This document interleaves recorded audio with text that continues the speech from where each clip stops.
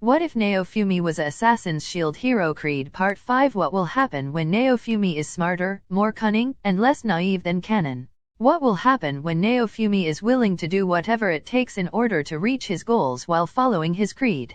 Chapter 5, A Slave?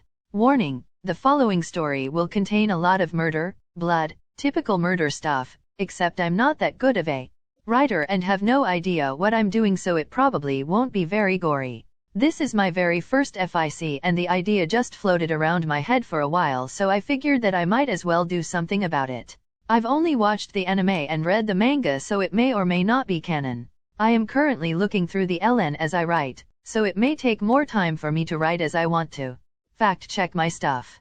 Enjoy. Daikoin for his brotherhood. I may try to add the 3 heroes after they've had their redemption arc, but that is way too far from where I am now. I plan to add Itsuki since his whole shtick is like Robin Hood, which is basically like the Bao version of what the assassins do. Guessed at first, I thought you meant a lantern, light, shield. But I just looked up a medieval lantern shield and holy hell. I might not even implement it since there is a sword, which Naofumi can't use, and the gauntlet with a spike, probably can't use. I may base a shield off of the lantern shield, perhaps the needle shield or an upgraded version. But I probably won't use the entire lantern shield. In the review below, I gave a reason as to why I won't use shields from their time. Guessed. Although the timelines match, the assassins go for quick assassinations and optimize movement, so they don't usually carry weaponized shields. So Naofumi won't really know of these kinds of shields. Guessed. This story is just the rising of the shield hero story, except Naofumi is an assassin from the Assassin's Creed games. I'm looking at ACI and AC2 since their time is similar to the medieval setting of the world of the shield hero. I plan on sprinkling in some backstory, but this is mainly the main shield hero story. Red Burning Dragon. The plan is that with his background as an assassin, he is all about stealth. So his weapon reflects that. All mastered shields with abilities will be able to silently activate their abilities, and I may add more shields later to help with Naofumi staying incognito. Max Prime. Honestly, I don't know. Maybe, but for now, I have Eclair as a skilled knight who hasn't used magic before because of her devotion to the sword. Also, I've seen in battles in the manga, I think, that people are either knights or mages. I think that's what that means. I see it as people usually either go with magic or a weapon. The people who do both are super strong, but I haven't seen a lot of that yet, aside from Malti and Philo. Regarding the weapon copy, I'm removing it just from the beginning. At first, I planned on having him discover that at the beginning, but if he copies all of the shields in Erhardt's shop, then I feel that he becomes way too OP at the start. He'll discover it later when he meets the heroes again sometime. Guessed. For now, he needs to have the shields equipped in order to cast the skill, but he can silently cast it. Later, I will add shields that will allow for misdirection. But you're definitely right. If someone saw that Naofumi switched shields while being an assassin, then that will raise many alarms. Moral conundrum: I checked on the Discord, but getting your level reset as a prisoner is canon. Also, you can't just get your level reset, like there's a process. I'm pretty sure you have to use the Dragon Hourglass, and there is some other stuff I don't know about, but it's mainly for plot purposes. The only people who will get their levels reset are prisoners and people looking to start over for some reason. Anyone who commented on the notice, so I didn't really change the story all that much. Just the small things that came up when I edited the prologue. So I updated the other chapters to work out the inconsistencies that come from changing the prologue, like what he brings with him, thus changing what shields he has, how much money he has, and what sword Eclair has, although that last one isn't really important. Chapter 5, Talking Thinking Transition. Skills/abilities/system. Monster at dawn. The sun was barely peeking over the sunrise when Naofumi woke up and, to his surprise, so did Eclair. Good morning, Eclair greeted as she stretched. Finally sleeping in a bed felt great after being imprisoned. Good morning, replied Naofumi as he began to stretch. What are you doing? Doing some morning warm-up. Wait for me, exclaimed Eclair as she rushed out of bed and joined Naofumi. I didn't take you for an early riser. Well, I was a knight, and this has been my routine. But the bed felt great after being in prison, so I kind of forgot. What about you? Well, I am an assassin, so I had to keep my body in optimal condition to operate efficiently. Assassin. Yes, Assassin.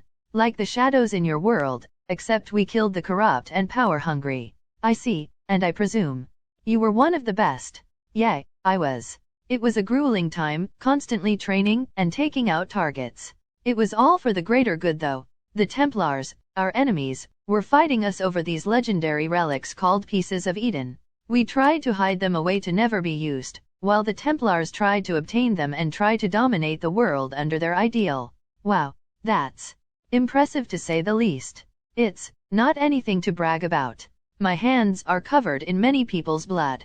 It shocked me that I was summoned as a hero. Well, you were protecting the people, right? I mean, you took out Templars in order to keep the world safe, right? Right. Thanks, Claire, I needed that. They finished their workout routine in comfortable silence before they got up and left the inn. I think we should find a raccoon slave first and then start hunting monsters, said Naofumi. Sure, but I don't know where to find a slave trader. They don't usually openly advertise their shops, so I can't help much. That's a shame. I guess we'll wander around then. Maybe we can sell some of the stuff from yesterday. Claire nodded in agreement as they strode off in search of a merchant willing to buy the monster parts. They came across a shop where they sold their skins at 2 skins for 1 copper. Claire said it was the market price, so Naofumi was inclined to agree. Being 14 copper richer, the pair redoubled their efforts in finding a slave trader. They were looking through the 12th alleyway when they were approached by a portly man dressed in black, silk clothing with a collar of feathers, a black hat, and 2 small rimmed glasses. What could you to be looking for while looking through all of these alleyways? Claire was clearly hesitant to reply while Naofumi scrutinized the man. While he didn't look trustworthy in the slightest, Naofumi could tell that the man was all business. I have a feeling that you know what exactly we're looking for. Of course, you do. Mr. Shield Hero. I often follow my own gut myself. I know that your attack is too low, and I'm sure 1 party member isn't enough at all. So you're a slave trader? Well, no. I'm a monster trader, but I do have a side business if you know what I mean. Naofumi smirked. Lead the way. Naofumi followed the man while pulling Claire along as she was still apprehensive about following the man deeper into the alleyways of the city. After navigating through the labyrinth of alleys, they emerged into an open area with a large tent that had an alternating stripe pattern of red and white. Entering the tent, the pair was struck with a strong smell of rot. Granted, the alleyways didn't smell great either. The man led the pair further into the tent where they found many cages with tarps covering them. So what kind of slave are you looking for?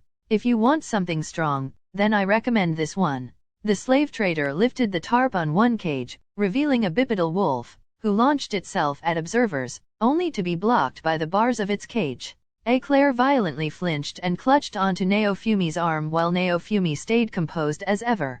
So these are beastmen. You are well informed, Mr. Shield Hero. Well, this isn't what we're looking for. We're looking for a raccoon person. Ah, a raccoon you say? I don't have many of those. I do have one, but I don't know how useful they will be to you. They're sick and young, so they won't live much longer. The slave trader guided the pair towards a section of cages where the sounds of growling turned into sounds of crying. Although it made him sick to his stomach that children were being enslaved, Naofumi couldn't do much about it. He was only one person, and he couldn't smuggle all of the slaves out of the capital, let alone the country at his level. Eventually, they stopped in front of a cage where a small girl with brown hair, brown ears, and red eyes resided. She wore nothing but dirty rags and devolved into a coughing fit as they approached. It broke both their hearts to see a small girl in this condition, although Claire voiced her concern. How much does she cost? Well, normally she would be 40 silver, but for you, Mr. Shield Hero, I can give her for 30 silver. Both of us know that she costs 30 silver if she's near a rabbit person with one arm and a lizard man thing.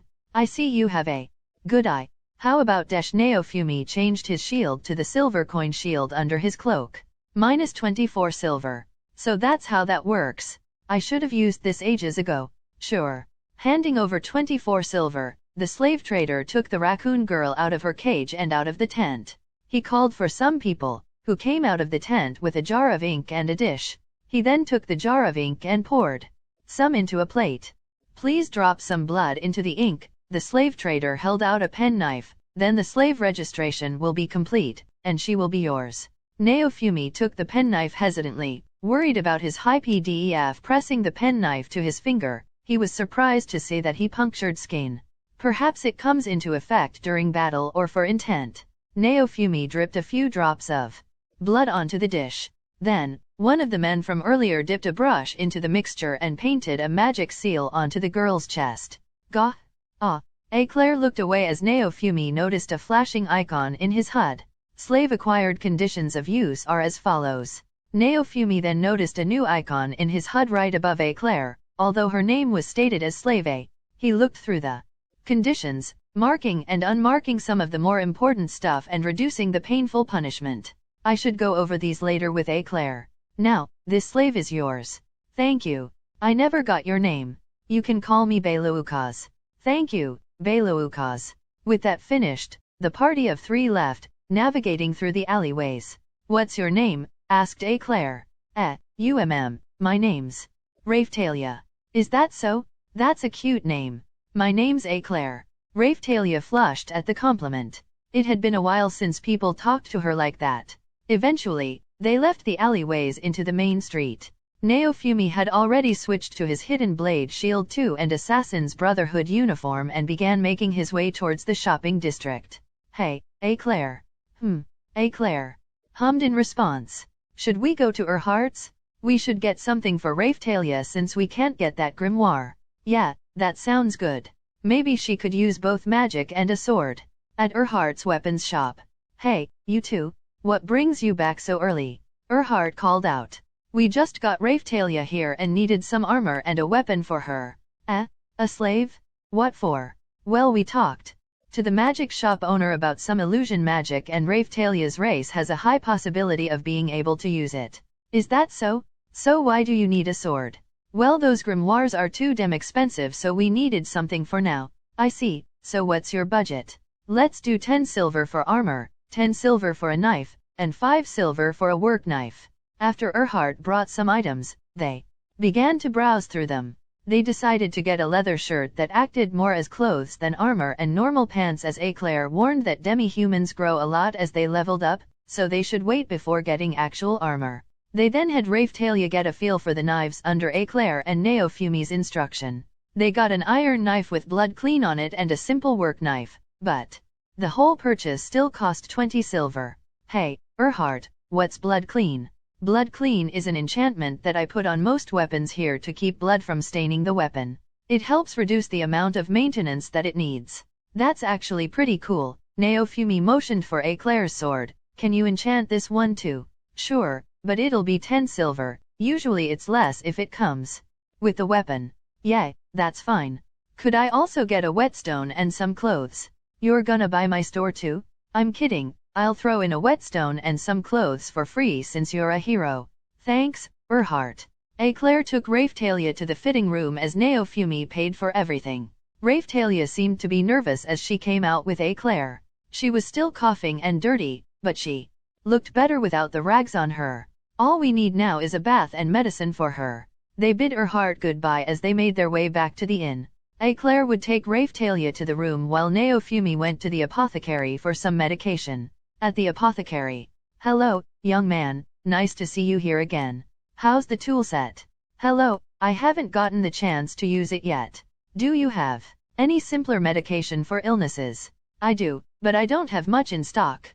A lot of potions and medications have been in high demand due to the waves, and I haven't gotten my herbs yet. They're fairly common to find, but I'm too old to go out and get them for myself.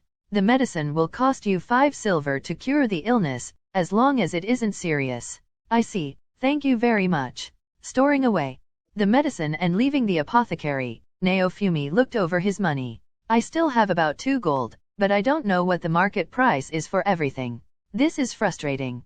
Hopefully Eclair has some info due to her noble background. At the inn right after they split up. Now, let's get you all cleaned up, okay? Raphtalia nervously nodded as she undressed. Eclair ushered the child into the bathroom and began to wash her. After a few minutes of pondering, Raphtalia spoke up.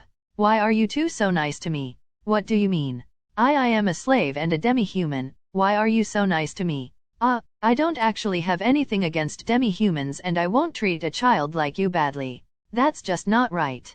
You don't hate me. Raphtalia asked as she looked at Eclair with eyes filled with hope. Of course not. I know the man from earlier, he doesn't hate you either. Really? Yep. Want to know something? Raphtalia nodded excitedly.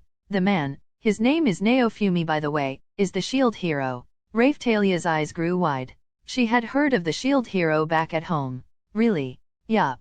And my father had a village where demi-humans lived. So I hung out with them a lot, so I wouldn't hate you at all. Raphtalia seemed to still be processing this as Eclair had finished washing the young girl and had taken her out of the tub to dry. So why did you buy me? Naofumi said that you have magic that he might need. I don't know why specifically, but I might have an idea. Oh. The two girls continued in relative silence, as they got used to each other's presence. Eclair told stories of her days as a night afterward as they waited for Naofumi. Eventually, the door opened, revealing Naofumi in his assassin attire. Naofumi walked over to the two and held out a bottle of some liquid. Master, Raphtalia said confusedly. It's medicine for your cough. As long as it's a mild illness it should work. Raphtalia opened it but recoiled at the smell. She still attempted to taste it with the tip of her tongue but recoiled worse than before. It tastes really bitter, whined Raphtalia. Eclair gently urged the little girl, you have to drink it in order to feel better. Sigh, hold on. Naofumi left for a few minutes, before coming back with a stew. Drink it with this. The stew helped but tasted bad with the medicine in it. This should be a one-time thing. So don't worry about more medicine. Naofumi noted that it was still midday when Naofumi peeked outside the window. Tonight should be the last night here before we leave. Let's go out and hunt. We can get EXP for Raphtalia and train her with the blade.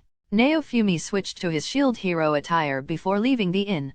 The stares that he garnered seemed to be a lot worse than before getting Raphtalia. Perhaps the church's beliefs run deeper here than I initially believed. They quickly made their way to the fields where they searched for monsters to slay and taught Raphtalia how to fight. They came across multiple balloons, but Naofumi let them latch onto him before making his way to Raphtalia. Eclair guided Raphtalia as Naofumi held the balloon monster out as a target. They didn't get much experience, but Raphtalia was quickly learning how to properly use a blade. The knife was more of a short sword for Raphtalia, but they made do. By sunset, Raphtalia had reached level 3, while Naofumi and Eclair almost reached level 8. Castle Town Gates. Hey Eclair, do you know where the dragon hourglass is? It should be at the church if I remember correctly. I see, where would that be? I believe it is at the clock tower. Naofumi looked towards the clock tower, seeing it rise high above the rooftops. Yeah, I see it. I'm gonna head over there real quick, you two can hang out for a little. Are you going to put yourself in danger again? Asked Eclair as she quirked her eyebrow at him. Maybe. Ugh. Fine, just stay alive okay? I will, I always do. With that, they split off. Naofumi headed towards the clock tower. It looked a lot gaudier than the churches back in his world. Naofumi stayed in his shield hero attire as he entered the building. He was wary of the nuns and priests he passed while he walked toward the large pristine hourglass. He noticed that they were staring at him wide-eyed or looked at him in disdain. It really drove home how disliked he was in their religion. He was stopped by a nun who gathered herself faster than the others. You must be the shield hero, correct? Yes, I heard that the dragon hourglass was important for the waves, so I came to look at it for myself. Well then, follow me. He was led deeper into the church as he looked around. Everything screamed rich. There was marble everywhere, with gold trim here and there. It was extravagant to say the least. They entered the center of the church where a large hourglass stood. It was probably 7-ish meters tall and was as decorated as much, if not more than the church it was housed in. The sand was red and fell in silence. Naofumi slowly approached the large hourglass, wary of its mystical aura. Suddenly a beam of light shot at him. Instinctively, he brought up his shield, only to feel no force and to hear a high-pitched beep. A new item was added to his HUD in the form of a small clock. For the time, it displayed 26 hours 5 minutes and 32 seconds. He noticed that the last number didn't change, so he determined that it wasn't based on seconds. He decided to ask a question that had been plaguing his mind. Hey, why is this sand red? I do not know. It has been like that since it was here. Huh, weird. Suddenly, an idea popped into his head. Is it possible to get some of that sand? I believe so. Why? I want to look at it. This sand is different from the sand in my world. I believe I cannot take out that much. I can only take a pinch of sand at most. That's fine. The nun walked over and was about to open a small valve when a male voice with an authoritarian tone spoke up. What are you doing? While it was a simple question, Naofumi could tell it had a menacing undertone.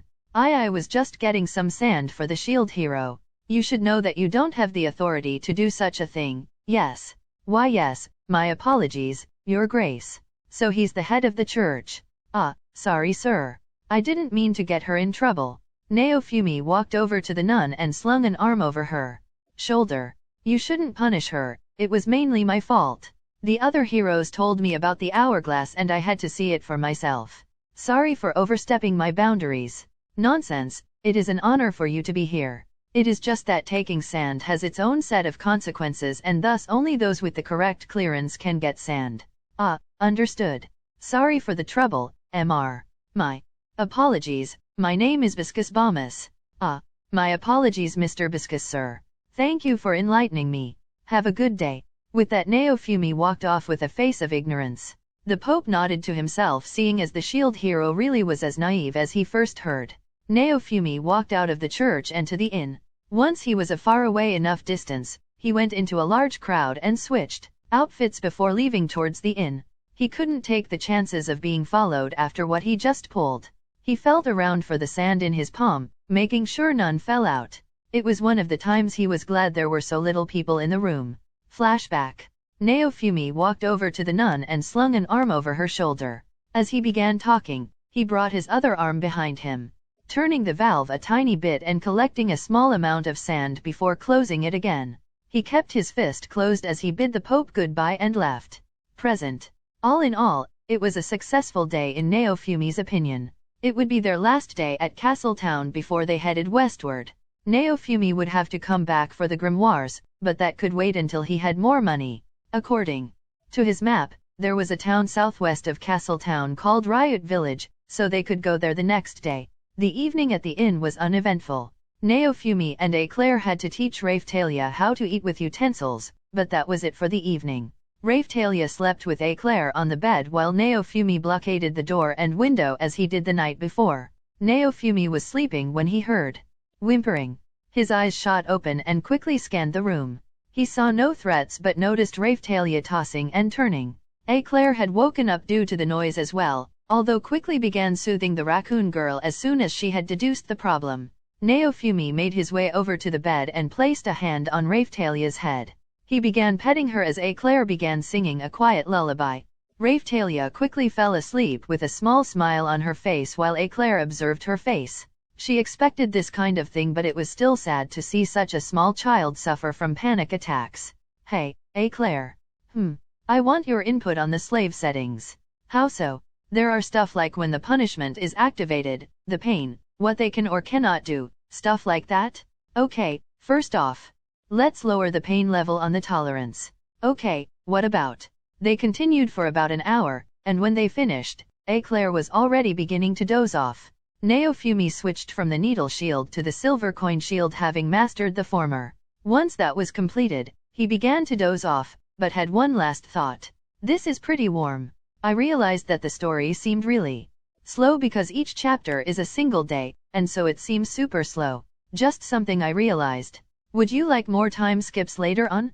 Man, school is crazy. Haven't had much time to post lately. Also I've been reading through the LN which is hard when I already know what happens but I need the small details you know? How do you feel about that last part? I don't think it fits the story, but I feel like it's a nice little fluffy scene. I made Raphtalia not go into a panic attack since Eclair was sleeping with her, acting as mom, you know? I don't know how panic attacks work so I'm kinda winging it for that last part. The last thought was meant as a small change to Naofumi. Since he usually works alone and sleeps in unorthodox places, he feels warm when he's with another person, rather than himself. You know what I mean? There should be more action after this. I know it was slow, but hopefully things start ramping up. Maybe more assassinations when I figure out good times. What if Naofumi was a assassin?